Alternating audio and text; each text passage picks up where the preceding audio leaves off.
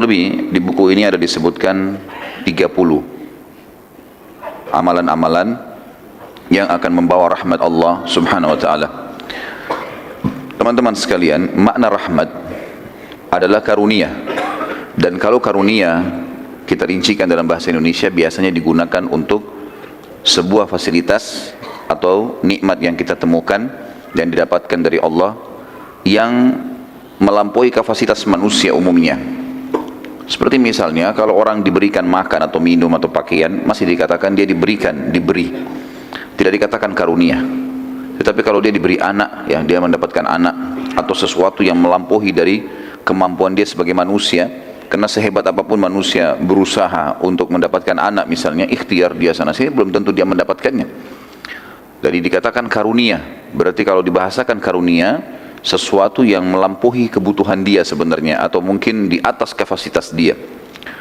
Kalimat atau judul buku ini teman-teman sekalian, amalan yang mendatangkan rahmat Allah, artinya karunia dari Allah, sesuatu yang melampaui kemampuan dan kapasitas kita, sehingga pada saat kita mendapatkannya kita selalu bahagia. Sangat wajar seorang muslim, seorang mukmin berpikir tentang masalah ini, karena memang dia membutuhkan kenikmatan. Di dalam Islam kita selalu disuruh untuk menjadi orang yang terbaik, bukan menjadi orang yang baik, kalau bisa terbaik. Sama dengan istilah dalam agama kita ada afdal dan mufaddal. Kalau kita bisa melakukan amal yang afdal, yang paling maksimal pahalanya, kenapa kita lakukan perbuatan yang mufaddal? Misal sholat duha, afdalnya mengerjakan sampai 12 rakaat, mufaddalnya minimal 2 rakaat. Kenapa kita nggak ambil yang afdal? Misal masuk ke masjid, datang ke masjid lebih cepat sehingga tidak kehilangan sholat qobliyah, misalnya doa di antara azan dan iqamah, kemudian fadilah juga sholat tahiyat masjidnya, itu afdalnya. Kenapa kita cari mufaddalnya? Misal cuma datang pas iqamah sehingga luput dari dia banyak fadilah, luput di antara azan dan iqamah, doa, luput sholat qobliyah. Untuk apa ini gitu kan? Dia pilih yang mufaddal. Jadi memang Islam selalu menyuruh kita, memotivasi kita untuk mendapatkan yang terbaik. Dan ini sebenarnya bagian daripada mengejar rahmat Allah subhanahu wa ta'ala. Artinya kenapa kita enggak lakukan untuk mendapatkan kenikmatan sementara kita mampu semuanya? Bukan tidak mampu. Allah azza wa jalla tidak akan pernah melihat fisik dan paras wajah kita. Hadis yang sudah masyhur menjelaskan masalah itu. Inna Allah la yanzuru ila suwarikum wala ajsamikum walakin yanzuru ila qulubikum wa amalikum. Allah enggak pernah mau lihat paras wajah dan postur tubuh kalian. Dia menciptakan itu. Mau tampan, mau cantik, mau jelek, mau putih, mau hitam, mau tinggi, mau pendek, mau miskin, mau kaya, enggak penting bagi Allah itu. Yang penting adalah Allah azza wa jalla melihat kepada hati dan amal kalian. Apa sih yang sudah dilakukan? Seperti itu kurang lebih gambaran tentang masalah definisi rahmat itu sendiri. Saya tertarik membedah buku ini karena saya melihat poin-poinnya simpel sekali dalam buku ini dijelaskan, dan dalil-dalilnya juga jelas. Dan insya Allah mudah-mudahan Allah berkahi ke depannya bagaimana kita merincikan satu persatu poin-poin dari 30 poin ini. Tentu tidak selesai hari ini, saya sudah bilang tadi kemungkinan kita akan lanjutkan beberapa kali pertemuan. Dan saya sarankan teman-teman sekalian untuk selalu membaca tentunya buku, majelis ilmu, itu penting sekali. Karena ilmu akan selalu mengontrol kita, berada di atas rahmatnya Allah tadi. Selalu kita merasa tentram, merasa bahagia, kebutuhan kita dipenuhi oleh Allah. Tinggal sabar sampai meninggal sudah masuk surga. Maka kurang lebih seperti itu. Dan salah satu fasilitasnya baca buku. Dan saya sarankan bagi teman-teman para penuntut ilmu, kalau dia talaki, mengambil ilmu dari seseorang dai, seorang ulama, dia gunakan kajian kitab. Jadi dia bukan cuma datang tematik saja. Kalau tematik juga ada penting, tapi lebih penting kalau kajian kitab. Dan kalau dia membaca buku sendiri, maka jangan dia baca kecuali buku-buku kecil saja. Buku-buku kecil yang sudah sering seperti ini yang kita bagi-bagikan. Buku yang judulnya simple, dia membahas salah satu substansial agama kita. Jelas, mudah dia fahami, walaupun dia tidak langsung belajar dari seorang guru gitu ya. Jadi membahas sesuatu yang detail di satu poin, itu penting.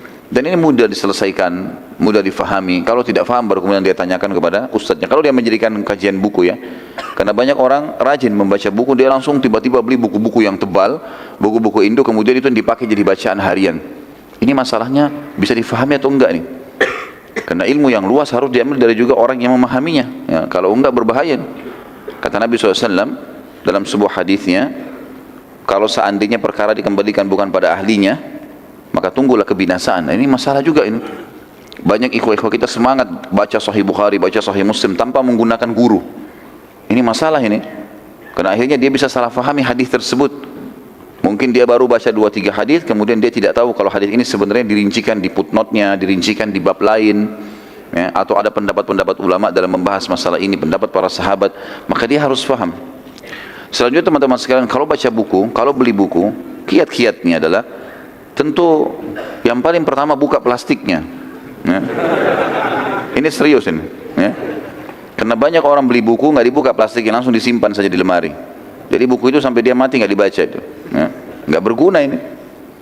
Kemudian yang kedua, baca daftar isi. Jangan langsung baca ke dalam. Lihat daftar isi, karena daftar isi adalah kesimpulan dari bahasan. Ada apa sih di situ? Jadi hal yang simple, 1-2 lembar atau bahkan 1-1,5 lembar, 1-2 lembar maksimal biasanya. Kalau buku besar mungkin baru sampai 4-5 lembar. Daftar isi itu meringkas, ada apa di dalam sana. Kita jadi tahu, oh ini buku satu lengkap, ini semua isinya ini loh.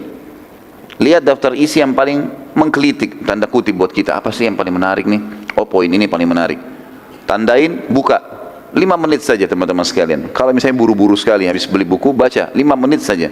Baca salah satu sub judul di situ yang menarik buat kita. Kemudian mulailah kita baca 5 menit. Habis itu tandain. Insya Allah dengan baca 5 menit 1-2 lembar dari buku itu, kalau kita buru-buru sekali, kalau ada waktu alhamdulillah bisa dibaca. Tapi kalau buru-buru sekali baru kita letakkan di rak. Ini salah satu kiat yang saya lihat dan coba saya praktekin, membuat akhirnya kita penasaran ingin tahu isi buku itu apa. Jadi bukan cuma sekedar judul, tapi memang daftar isinya. Seperti misalnya, buku ini sangat menarik kalau kita baca daftar isinya. Langsung saja disimpulkan oleh beliau, dikatakan misalnya, daftar isi itu kalau pendahuluannya isinya orang-orang yang mendapat rahmat Allah atau almarhumun berdasarkan firman Allah, orang-orang yang mendapatkan rahmat Allah atau almarhumun sesuai dengan sunnah Nabi SAW. Kemudian beliau rincikan masalah itu. Kalau poin pertama, orang-orang yang mendapatkan rahmat Allah sesuai dengan firman Allah, disebutkanlah pada 14 poin. Iman kepada Allah, mentaati Allah dan Rasulnya, mengikuti Al-Quran dan mengamalkan, mendengarkan Al-Quran, diam dan merenungkannya, memohon ampunan, taubat, takwa, bersabar ketika mendapatkan musibah.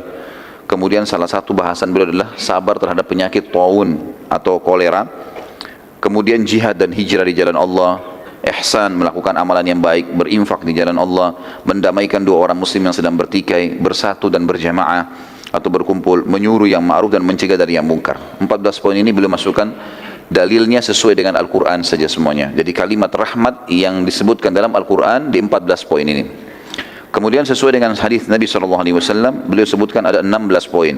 Kemuliaan karena bernisbat kepada umat Muhammad SAW, silaturahim, kasih sayang kepada makhluk, mudah saat jual beli dalam qada, ya, atau ketika mengambil hak, menjenguk orang sakit, baik sifat, ya, saat berbicara dan diam, ya, qiyamul lail dan membangunkan keluarga, meminta pembebasan dari kezaliman yang pernah dilakukannya, salat sunnah 4 rakaat sebelum asar, mencukur gundur rambut dalam manasik, maksudnya umrah dan haji, majlis zikir atau majlis ilmu dan pelajaran, orang-orang yang banyak memuji Allah, mencari ridho Allah, takut pada Allah, duduk di masjid yang terdiri dapat seperti kita sekarang insyaAllah mendapatkan doa malaikat, naungan arsy-Nya Ar-Rahman nanti pada hari kiamat, dan semua itu bertepatan dengan doa-doa mathur dari Nabi SAW. Dan yang terakhir 16 adalah mendengarkan hadis Rasulullah SAW dan menyampaikannya.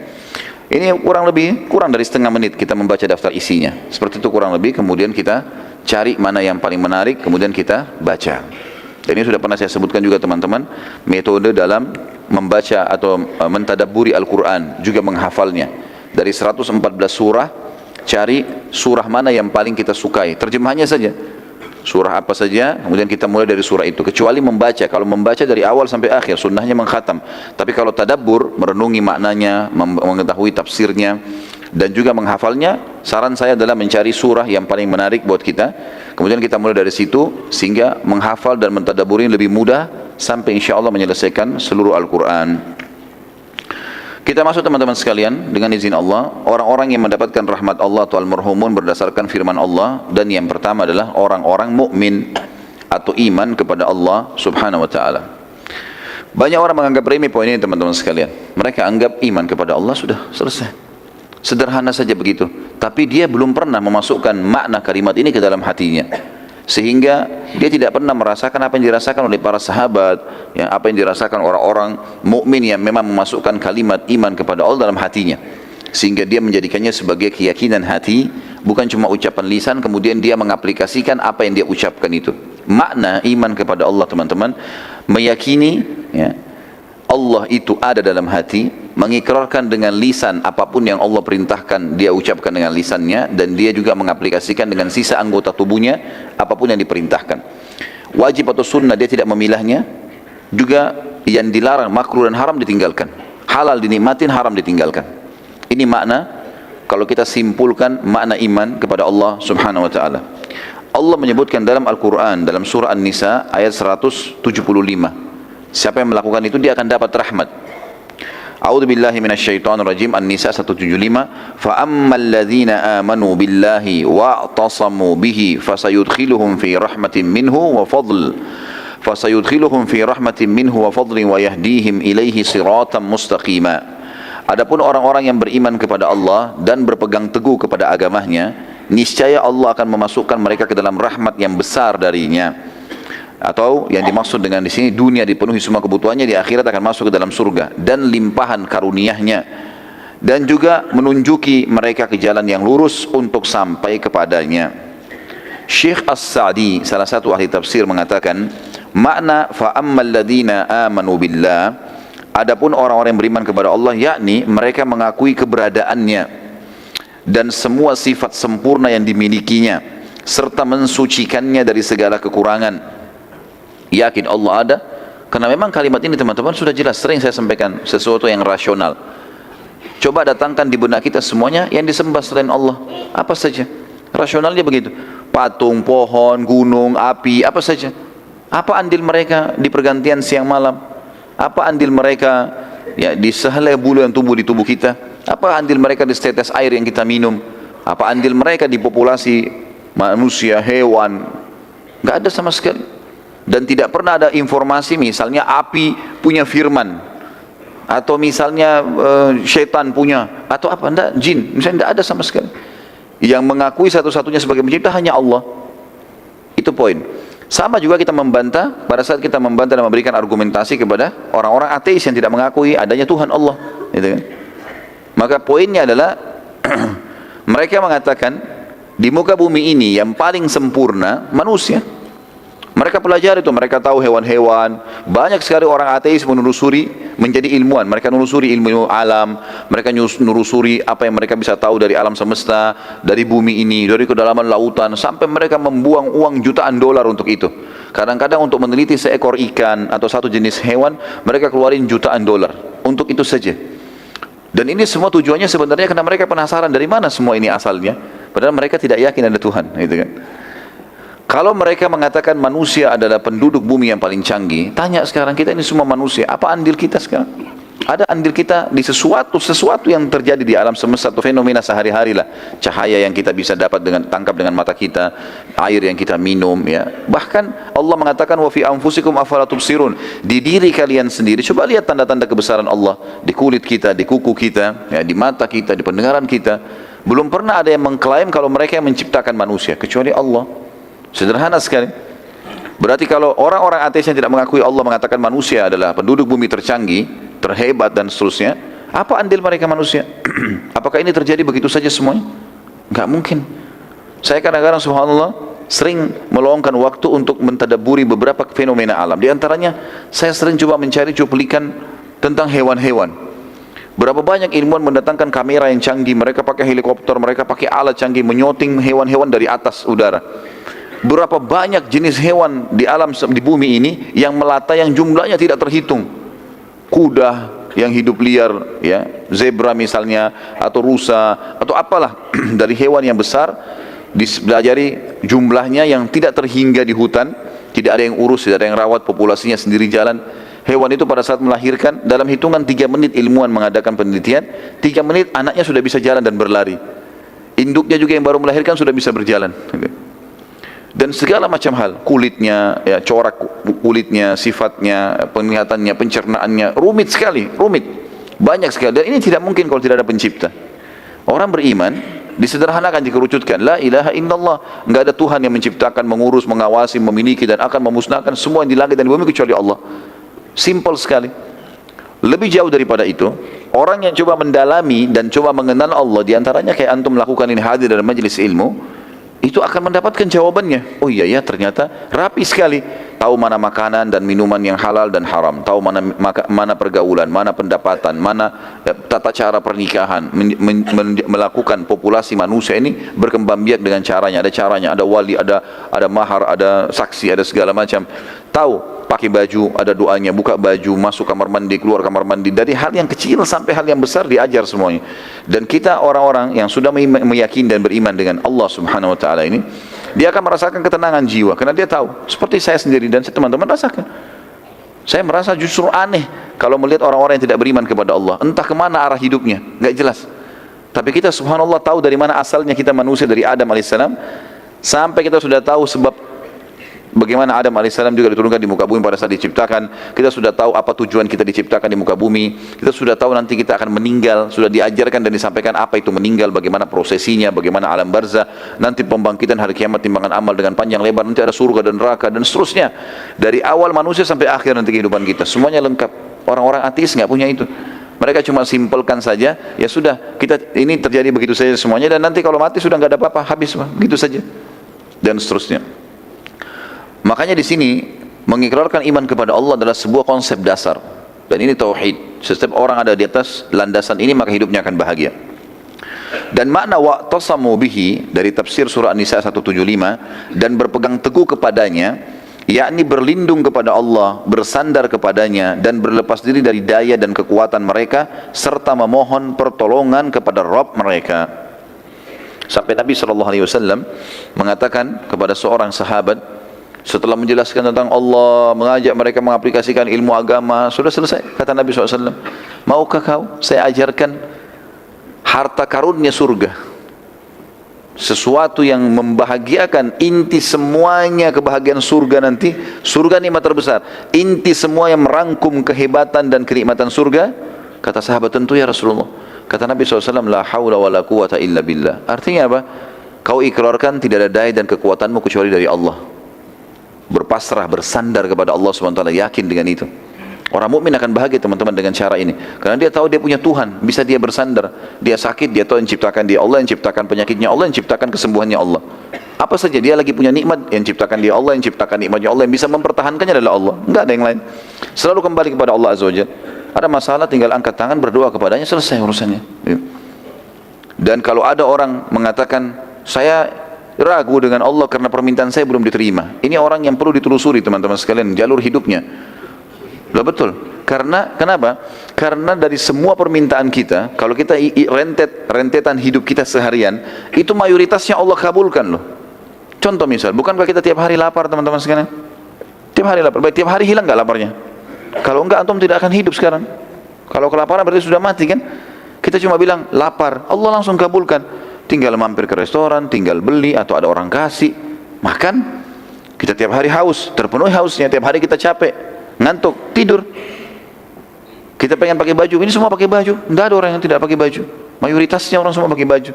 Pakai baju, pakai sandal, punya kendaraan. Walaupun memang berbeda jenjang ekonomi mereka, tapi kehidupan kita sehari-hari teman, mata kita butuh cahaya, hidung kita butuh udara, mulut kita butuh suara, telinga kita juga begitu.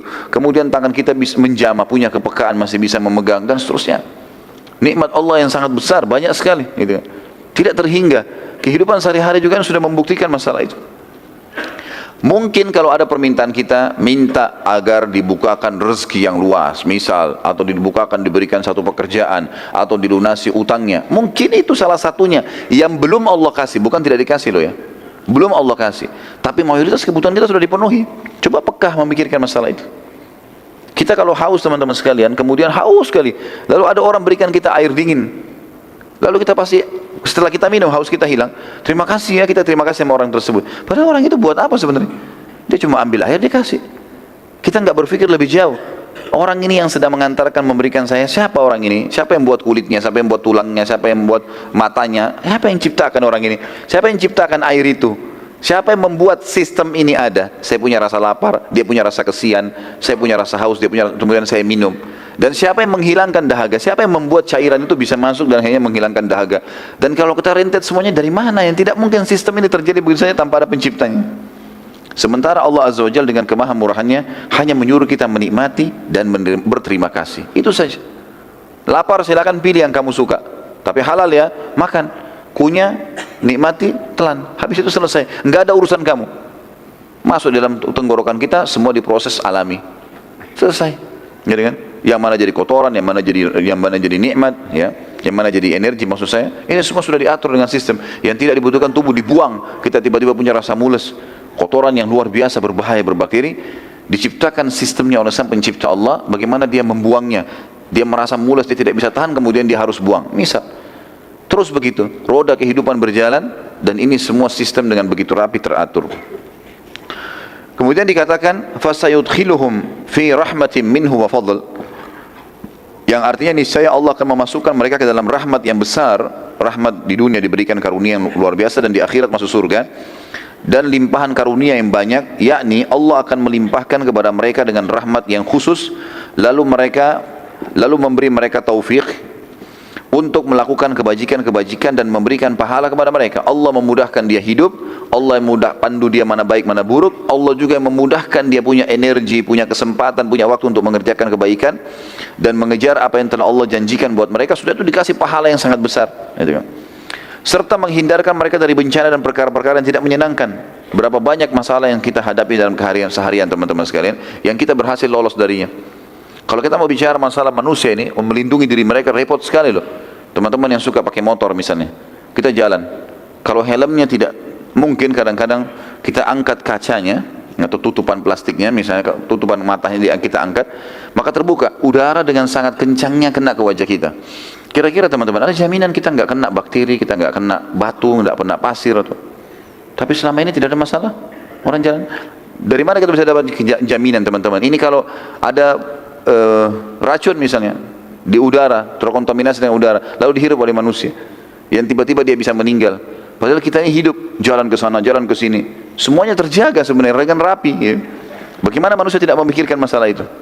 Allah Subhanahu Wa Taala melindungi mereka, menciptakan mereka, menyiapkan fasilitas buat mereka, dan mayoritas yang mereka minta diberikan. Ada yang Allah belum kasih, karena Allah menginginkan dia lebih banyak memohon, lebih banyak merengek. Gitu kan? Cobaan pun kalau datang kepada mereka lebih banyak nikmat daripada cobaan. Terbukti dari sepanjang hidup kita, teman-teman yang hadir di sini. Mana lebih banyak? Kita sehat atau sakit? Lebih banyak kita sehat. Sakit itu jarang sekali. Ada orang sakit ya di akhir hidupnya mungkin, ataupun kalau sakit dalam setahun, tahun depan dia sakit flu, demam, seminggu. Tapi 365 hari yang lalu dia sehat. 1 tahun Allah SWT berikan nikmat. Kemudian lanjutan ayat wa yahdihim ilaihi siratan mustaqima, dan dia menunjuki kepada mereka jalan lurus untuk sampai kepadanya, yakni memberi mereka taufik. Taufik maksudnya kemudahan untuk berilmu dan beramal, mengetahui yang hak dan mengamalkannya. Asal dia mau saja pelajari, Allah akan kasih dia. Saksi bahasan kita dalam surah An-Nisa 175 adalah kalimat rahmat. Fasayudkhiluhum fi rahmatin minhu. Pasti Allah akan masukkan dan karunia kepada mereka rahmatnya. Yang lain adalah surah Al-Jathiyah ayat 30. A'udzu billahi minasyaitonir rajim. Fa ammal ladzina amanu wa 'amilus solihati fayudkhiluhum rabbuhum fi rahmati dzalika huwal fawzul mubin. Adapun orang-orang yang beriman dan mengerjakan amal saleh, yakin Allah ada lalu dia patuh dengan perintah. Amal saleh masuk dalamnya mengerjakan perintah atau meninggalkan larangan. Karena orang juga meninggalkan larangan termasuk amal saleh. Maka Rabb mereka, pencipta mereka akan memasukkan mereka ke dalam rahmatnya. Rahmat di sini di dunia diberikan rahmat yang luas, diberikan karunia-karunia yang membahagiakan dia, dan juga di akhirat masuk surga. Itulah keberuntungan yang nyata. Teman-teman sekalian, kita tinggal patuh, kerjakan perintah, tinggalkan larangan. Kita nikmati saja. Tetap bisa makan, tetap bisa minum, tetap bisa segala macam, tapi lebih rapi. Sekarang ini orang-orang di beberapa negara, termasuk saya dapat informasi di Jepang, dan saya waktu Ramadan yang lalu sempat diundang oleh KBRI kita ke sana. Itu ternyata orang-orang di sana juga banyak ya orang asli Jepang yang non muslim. Mereka kalau masuk dan mereka menemukan makanan kaleng ada label halalnya, mereka beli. Ada beberapa teman-teman kita sempat nanya dan menceritakan ke saya, kenapa anda beli ini? Dia bilang ini lebih terjamin dengan ada label halal. Mereka tahu kalau umat Islam itu hati-hati, pekah, nggak mau makan sembarangan. Maka mereka sendiri mengatakan itu lebih terjaga. Artinya orang beriman lebih terjaga, lebih sehat, lebih baik, dikontrol, dijaga oleh langsung pencipta langit dan bumi. Seperti juga makna kalimat teman-teman sekalian yang selalu mengembalikan kita iman kepada Allah. Sabda Nabi SAW, kalau Allah karuniakan kalian pemimpin yang zalim dan dia memberikan kepada kalian hak kalian, maka terima kasihlah pada Allah, bersyukurlah kepada Allah. Dan hak kalian yang belum kalian dapatkan darinya, mintalah langsung kepada Allah. Kalimat mintalah langsung kepada Allah ini pengembalian seorang muslim dan menyadari kalau raja yang sedang memimpin dia, presiden atau siapa saja, ini manusia seperti dia, kebetulan saja berkuasa. Tetapi kalau ada kebutuhan dia yang belum dikasih, maka dia minta langsung kepada raja yang sebenarnya Allah. Makna kalimat ini adalah kalimat yang berbobot sekali. Artinya bertauhidlah kepada Allah. Saksi bahasan kita adalah Allah kalau dia beriman dan beramal saleh akan memasukkan ke dalam rahmatnya. Juga firman Allah Subhanahu wa taala dalam surah Al-Hadid ayat 28, mengimani Allah ini ya, maksudnya Allah itu ada. A'udzu billahi minasyaitonir rajim. Ya ayyuhalladzina amanu taqullaha wa aminu bi rasulih yu'tikum kiflayn min rahmatihi wa yaj'al lakum nuran tamshuna bihi wa yaghfir lakum wallahu ghafurur rahim.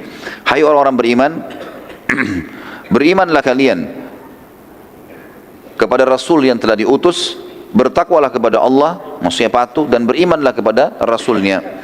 Niscaya Allah memberikan rahmatnya kepadamu dua bagian atau dua kali lipat, dan menjadikan untuk kalian cahaya, maksudnya panduan agama, dengan cahaya yang kamu dapat berjalan dengannya di atas bumi ini.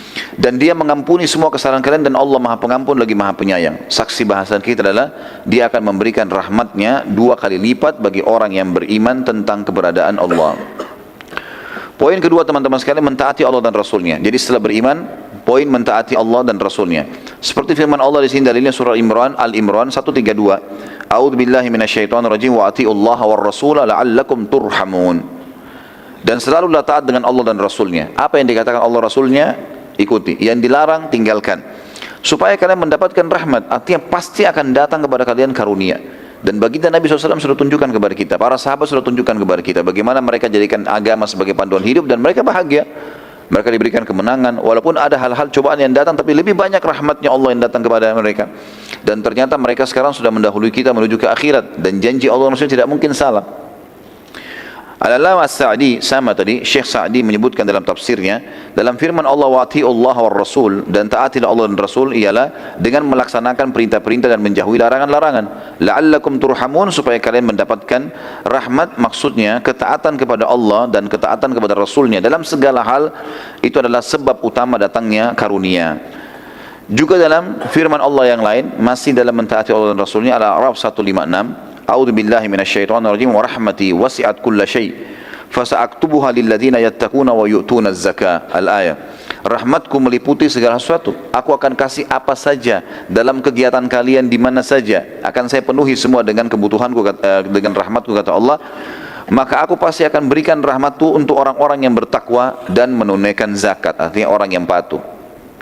Jadi segala sesuatunya akan mendapatkan karunia dari Allah, apapun kegiatannya, dimanapun tempatnya akan dia dapatkan. Dan Allah bukan, banyak orang soalnya begini teman-teman, makna ayat ini adalah banyak orang yang mau kembali kepada Allah kalau dia anggap itu perlu kembali kepada Allah. Kalau dia anggap perlu, misalnya sudah sakitnya parah sekali, baru dia kembali ke sholat malam.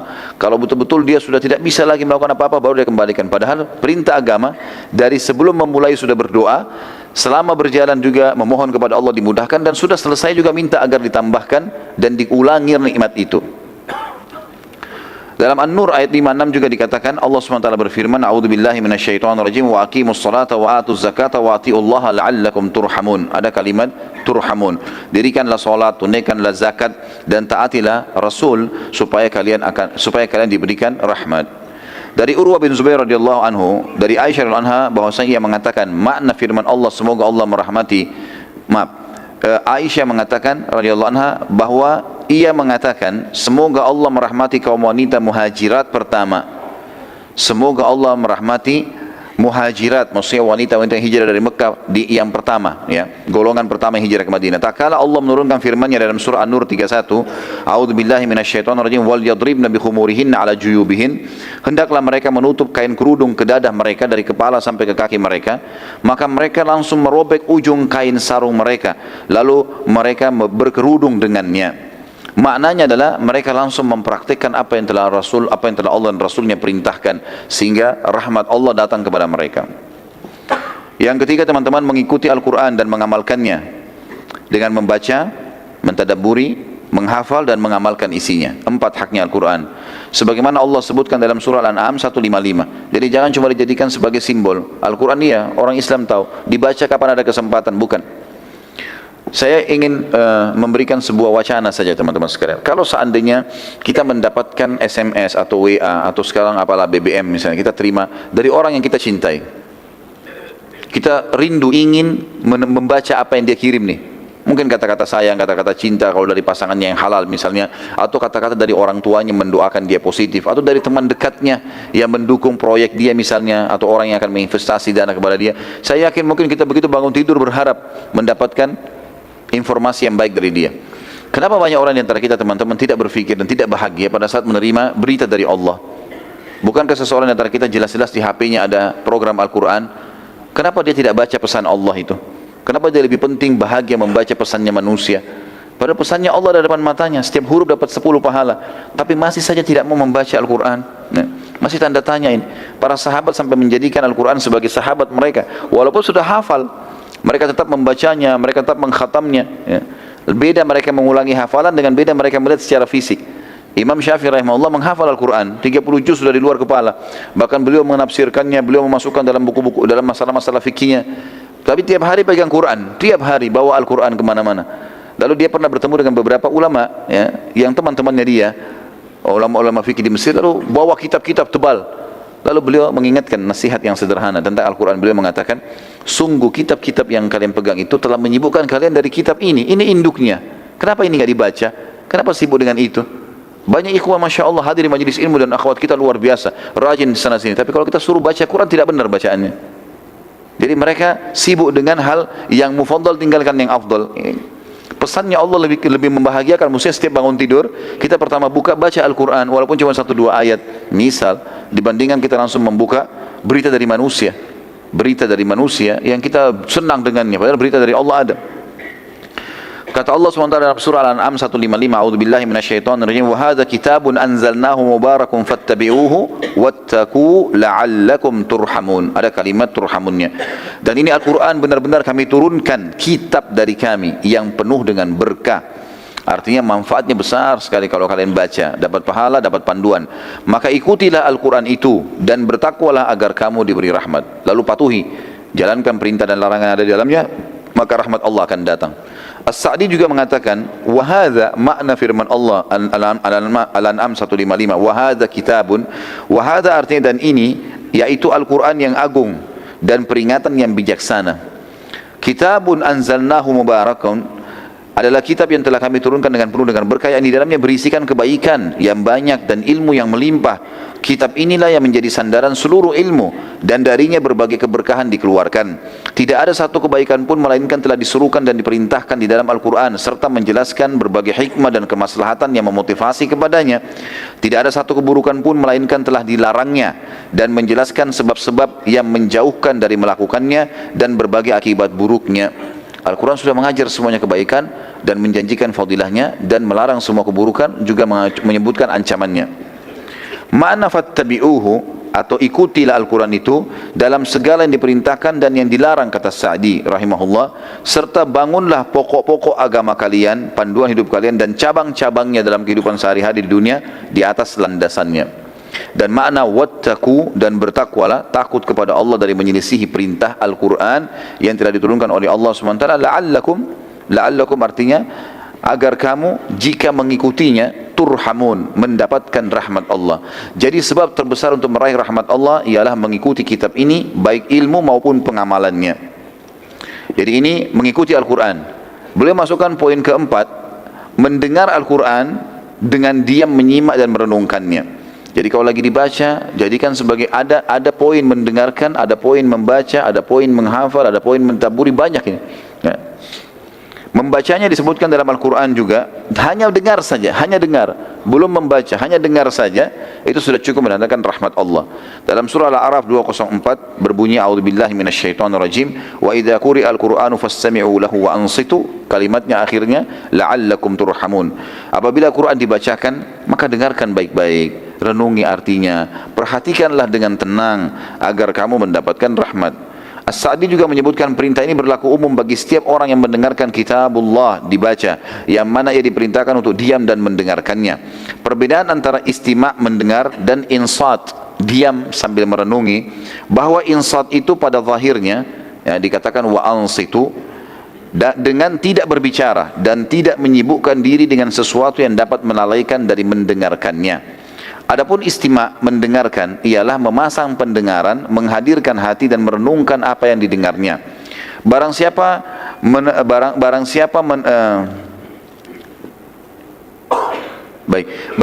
yang menapi dan memilah dan memahami dua perkara ini, ketika kitabullah dibaca, maka dia dengar, kemudian dia diam sambil merenungi, maka segala macam ilmu yang bisa mendatangkan iman akan Allah limpahkan dengan sangat luas ke dalam hatinya.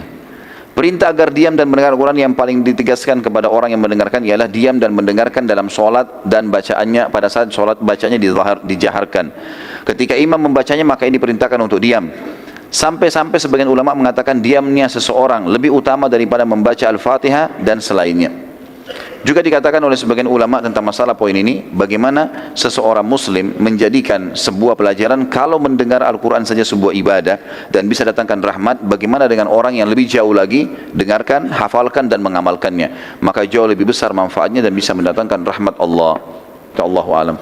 Kita berdoa kepada Allah SWT, semoga majelis kita diberkahi olehnya dan dijadikan sebagai tambahan amal kita pada hari kiamat, dan juga semoga semua amal yang pernah kita kerjakan dan akan kita kerjakan sampai menjelang ajal tiba nanti diterima dengan kemahamurahannya, dan semoga semua dosa yang pernah kita kerjakan tentu dengan rahmatnya yang sangat luas Allah, semoga kita berharap bisa diganti menjadi pahala. Dan juga kita mendoakan agar Indonesia secara khusus dan seluruh wilayah muslimin diberikan kemakmuran, ketentraman, diluaskan rezekinya dan dikembalikan seluruh penduduknya dan pemimpinnya kepada Al-Quran dan Sunnah, dan kita berharap Indonesia menjadi contoh bagi negara-negara yang lain. Dan semoga saja saudara kita di Palestina, di Syria, di Yaman, di Irak, di Myanmar, di Ahsa, dimanapun mereka berada sedang tertindas, semoga Allah ikhlaskan niat mereka, terima para syuhada mereka, mulakan Islam di tangan mereka dan tangan kita semua, dan semoga Allah partisipasikan kita bersama mereka di pahala baik dengan doa dan harta juga dengan jiwa kita. Dan semoga Allah dengan kemahamurahannya yang saya yakin sedang melihat kita sekarang, karena dia maha melihat, dan mendengar kita karena dia maha mendengar, agar menyatukan kita semua di surga firdausnya tanpa hisab, mana yang kita di majlis ilmu yang mulia ini. Pada benar dari Allah, kalau saudara saya mohon dimaafkan. Subhanakallahumma bihamdika asyhadu an la ilaha illa anta astaghfiruka wa atubu ilaik. Wassalamualaikum warahmatullahi wabarakatuh.